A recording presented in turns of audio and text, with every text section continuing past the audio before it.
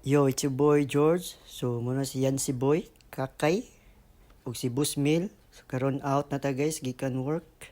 So mag-food trip ta. Adto tag tisa guys. Chill ride ra ba? So hapit ta diri sa Siomay ni Langging. Dera, Kakay kay na, tikasan kay na guys. Mga moves ba? Tanaw biya si kuha nimo? Ay, Busmil ay. Tanaw jud sa imong kalaki Yancy. So, diri ta mga on guys, sa 49 only gravy with rice na siya guys. So, atbang ra na siya sa Siomay way tugpahay. Tugtog sa taon eh. So, dara guys, gabokal-bokal ng jacuzzi diha.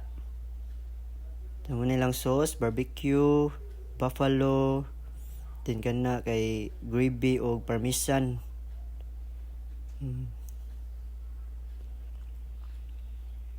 Tungguis daw, di dito kubkub na na. Butang din ng Siomay ni Langging. Ng mga sauce ay kani piti-piti ni. Dera. Nang manok dia luto na. Kaniya tungon na bi. Papalo ba? Power kanilang papalo guys. Anli na, anli. If mag-take out sa mo guys, so inyong dalo nga sauce kanang usa ka termosan. Ana man na.